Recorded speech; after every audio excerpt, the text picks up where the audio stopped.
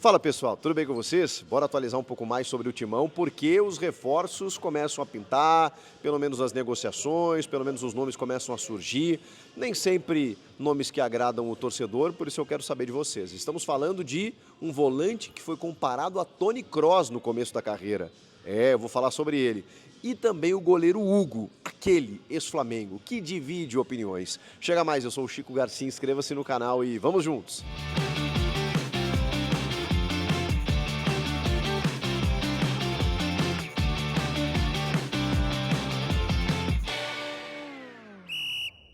Sempre lembrando que esse vídeo tem o apoio da Sportsbet.io, a minha casa de apostas, convidando você a usar o meu bônus code. Agora temos Chico25, é isso mesmo, para novos usuários até o final do ano. Se você ainda não é um usuário da Sportsbet.io, chegou o seu momento, porque aí depois de você se cadastrar, você deposita R$ 25 e ganha mais R$ 25 de free bet. O dobro, legal né? R$ 25. O cupom Chico25. Bora, vamos lá, tô te passando as odds aí dos jogos do Brasileirão dessa quarta. A Copa América tá legal, a Eurocopa tá bombando, mas tem Brasileirão e jogos que movimentam a parte de cima, como vocês podem ver, com Bragantino e Botafogo. Jogo interessante, hein? Assim como Juventude e Flamengo. Vejam as odds aí, o Juventude tá vendendo caro mesmo quando perde e o Flamengo é favoritaço. Tem também Bahia e Vasco. Quem diria, hein? O Bahia lá em cima e o Vasco tentando deixar a parte de baixo. E também o Palmeiras encarando a equipe do Fortaleza fora de casa, também valendo liderança, parte de cima e sempre é um jogo que dá o que falar. Odds incríveis para você ir lá na Sportsbet.io, o link está na descrição para você se cadastrar, se tornar um novo usuário e não esqueça, do meu bônus code Chico25. Bora? Vem para eu. Então tá, turma, sigo em férias, mas tá terminando, tá? Essa semana mesmo termina, nos próximos dias vocês já vão me ver no meu cenário, lá na minha casa, e com uma frequência bem maior, né? Mas como pintaram aí algumas informações nas últimas horas, eu vim aqui gravar para vocês sobre especialmente dois jogadores. Primeiro, o volante Charles. Volante Charles, 28 anos, futebol da Dinamarca, no Midtjylland. Realmente o futebol da Dinamarca não é, digamos assim, auspicioso, né? Não é um grande mercado, sem nenhum tipo de preconceito, não é uma das grandes ligas do mundo. Até tem brasileiros, bastante brasileiros, que têm ido para lá, né? Se torna um negócio muitas vezes interessante. Não sei se foi o caso do Charles, que surgiu muito bem, viu? Acompanhei ele muito bem, surgindo na base do Inter, e foi comparado a Toni Kroos no começo da carreira.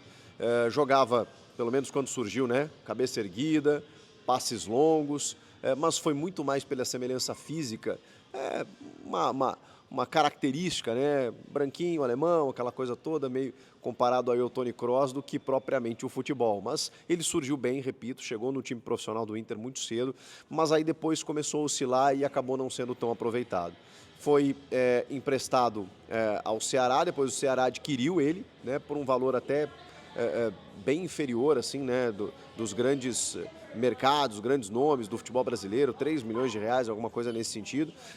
Depois ele até teve uma passagem pelo Sport, no Ceará ele chegou também a ter bons momentos, oscilou um pouquinho e aí foi negociado para o futebol da Dinamarca com 25 anos. O Charles, ele oscila muito. Assim, eu não tenho acompanhado, obviamente, ele no futebol da Dinamarca, mas ele oscilava muito tanto no Ceará quanto no Inter, que foi nos clubes onde eu mais o acompanhei. É um jogador que faz grandes partidas, que realmente tem uma maturidade muito grande dentro de campo, mas que em alguns momentos deixava a desejar. Aos 28 anos, a gente está falando do auge de um jogador profissional, já com uma experiência de Europa, mesmo que não seja numa grande liga. Não tem maiores expectativas, confesso para vocês. Não serei aqui definitivo ou preconceituoso de dizer que trata-se de uma contratação ruim, porque entendo que essa também seja uma carência do time. Falamos aqui das reposições, das posições em que o Corinthians iria buscar jogadores para essa janela. É claro que o torcedor está pensando num grande nome, num cara que possa chegar a ser titular. Eu não sei se ele chega com status de titularidade, e isso me incomoda. Quando você vai ao mercado, quando você vai continuar uma reformulação, não adianta você reforçar com aquele jogador para grupo.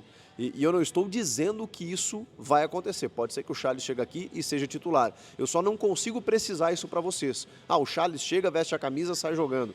Pode ser que sim, mas eu realmente não tenho essa convicção. E eu acho que esse é o problema. Você tem que trazer jogadores em que a tua margem de erro seja menor. você está com dificuldade financeira.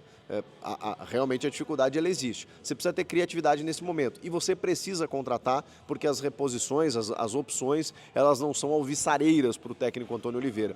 Não adianta você trazer um jogador para grupo, como eu disse, para reforçar o teu elenco do tipo, não, é importante e tal. Você trava um menino da base que daqui a pouco teria mais oportunidades e você não tem a garantia de que esse cara vai jogar. Quando você contrata um jogador com status de titularidade, por mais que ele não consiga performar, ele reforça o teu grupo. Ele vai ser um jogador de qualidade, né, porque você contratou ele com status de titularidade, experiente, que daqui a pouco, na ausência de um titular, ele vai jogar e você não vai descer tanto o nível assim. É por isso que reforçar o elenco trata-se de você contratar jogadores em nível de titularidade. E repito, não sei se é o caso do Charles. Não quero botar água no chope aqui, muito pelo contrário. Vamos aguardar para ver o que vai acontecer. É uma negociação. O Corinthians sondou o jogador, está negociando com o jogador, ele tem interesse de voltar para o Brasil. Então há uma boa possibilidade, até porque trata-se de uma posição que agora o Fausto Vera está indo embora, já não joga mais, e esse nem falta mais estava fazendo ou vai fazer. O Maicon está lesionado desde o começo do ano e realmente faltam opções, né? Até porque o Moscardo já foi, ou vai ir, ou está indo, não sei, né? Mas não é solução nesse momento, a gente sabe, não dá para contar com ele. E o Breno Bidon, não sei, né, gente? Cada vez que esse moleque entra em campo, eu penso, e o preço está subindo, e se chegar uma proposta, por toda a dificuldade financeira que vive o clube, o Augusto Melo vai ter que vender. Então, a posição de volante, ela é carente sim. O Charles pode fazer primeiro, pode fazer segundo. Repito, não tenho acompanhado ele na Dinamarca. No Ceará e no Sport, jogador que chegava bem à área, se deslocava muito bem, mesmo com poder de marcação, bom no cabeceio, jogador alto.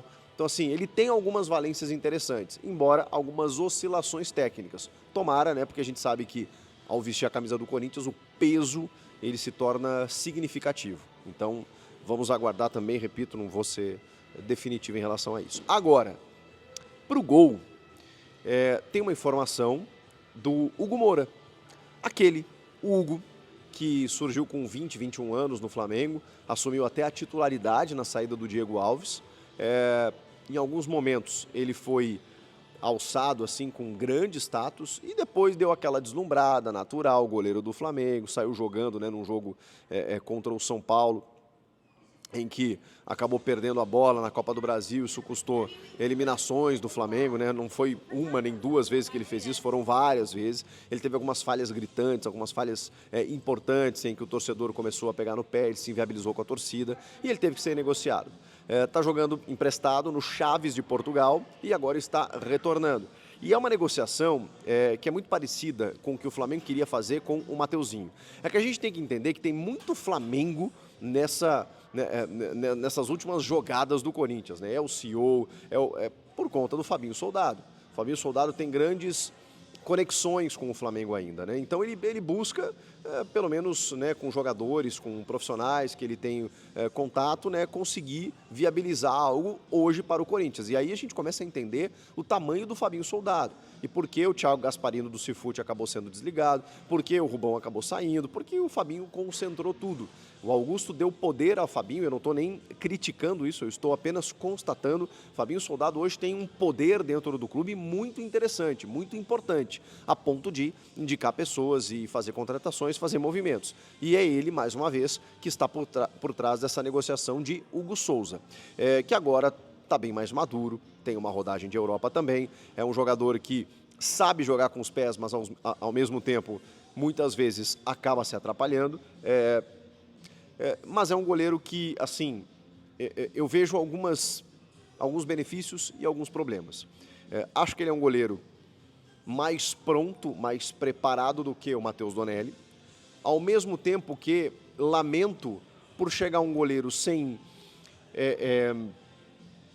aquela sombra de dúvidas que você possa entender como um goleiro que chega para ser titular e inquestionável, e que isso vai barrar mais uma vez o Matheus Donelli.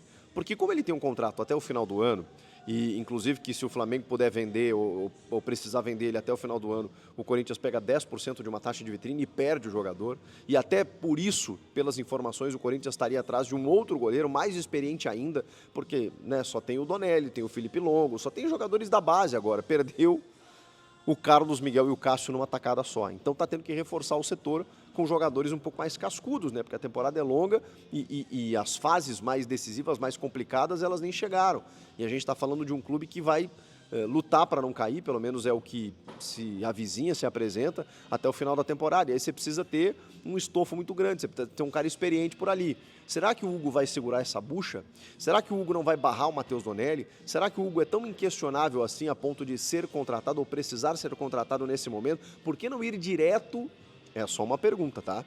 Por que não ir direto a um goleiro mais experiente, inquestionável, e aí sim para poder fazer a transição para o Donelli no ano que vem, do que trazer um goleiro intermediário que vai jogar, daqui a pouco não é a grande convicção, a grande certeza, você vai ter que trazer outro também, eles vão disputar a posição e isso vai inviabilizar completamente mais oportunidades para o Matheus Donelli, especialmente depois de um jogo contra o Atlético Paranaense em que o time empatou e ele foi um dos responsáveis por esse empate, porque ele segurou muito bem a equipe adversária. Então, eu só lamento por isso. Acho que o Hugo é promissor, acho que o Hugo tem boas valências, só não sei se realmente era o caso. É ruim, né? A gente tem que fazer um vídeo aqui de 2 reforços que eles não empolgam. São reforços que necessários para 2 posições carentes, mas que realmente eu não sei se são soluções para o Corinthians. Estou sendo bem gentil aqui nesse vídeo. Vocês podem ser gentis ou do jeito que quiserem nos comentários. O que vocês acharam disso tudo? Comenta aqui, inscreva-se no canal que eu tô voltando, o leão tá saindo da jaula. Sexta-feira eu tô no Brasil e aí o bicho vai pegar. Valeu, turma! Obrigado, viu, pela parceria de sempre e até a próxima. Tchau!